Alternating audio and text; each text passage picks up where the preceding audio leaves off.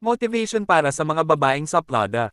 Alam mo, sa mundong ito, madalas ka nilang tawagin na saplada.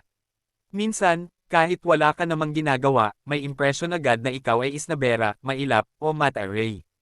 Pero gusto kong ipaalala sa'yo, hindi mo kailangang ikahiya yan. Dahil minsan, ang pagiging saplada ay paraan mo para protektahan ang sarili mo laban sa mga taong hindi totoo, hindi tapat, at baka manakit lang. Pero, kaibigan, sana maintindihan mo rin na hindi lahat ng tao ay dapat mong tablahin. Hindi lahat ng lumalapit ay may masamang intensyon. May mga tao ring handang mahalin at tanggapin ang tunay na ikaw, hindi lang ang imahe ng pagiging saplada mo. Kaya unti-unti, subukan mong buksan ang pinto ng iyong puso. Hindi ibig sabihin na magpapakatangke ka o ibababa mo ang sarili mo.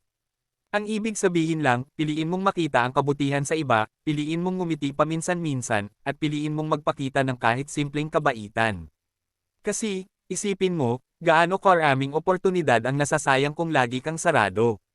Gaano karaming pagkakaibigan, pagmamahal, at masasayang alaala ang lumilipas dahil pinili mong manatiling malamig at mailap.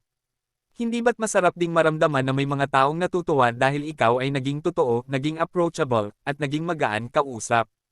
Huwag mong hayaang ikulong ka ng titulong supleda. Oo, strong ka. Oo, independent ka. Pero mas malakas ka kapag natutunan mong balansehin ang tapang at lamang, ang pagiging matare at pagiging mabait.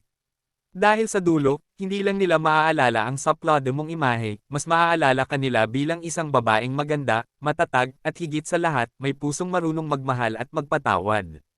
Kaya babae, tandaan mo ito, hindi masamang maging saplada, pero mas rewarding ang maging maganda at mabuti sa parehong oras. Dahil sa huli, hindi lang kung gaano kakaganda ang mahalaga, kundi kung paano ka nakapagbigay ng inspirasyon at saya sa ibang tao. At yan ang tunay na marka ng isang babaeng hindi lang saplada, kundi isang babaeng kahanga-hanga.